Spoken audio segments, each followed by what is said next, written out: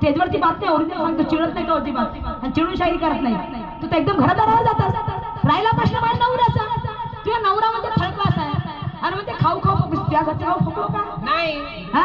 अरे तू तर पहिला आलास तेव्हा पहिल्या वर्षी तर पुरा असं बारीक बारीक काढी होता, आता खाऊ पोकलास तू, खाऊ पोकलास तू आता.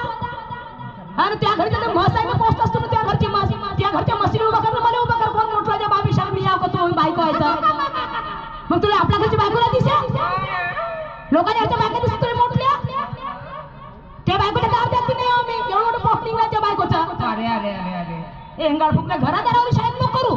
तुम्हाला कापून खायचं, तुम्हाला कापून खाय वाटलं असतं, तुला काय त्या घरचं नाव काढलं, त्या बायकोचं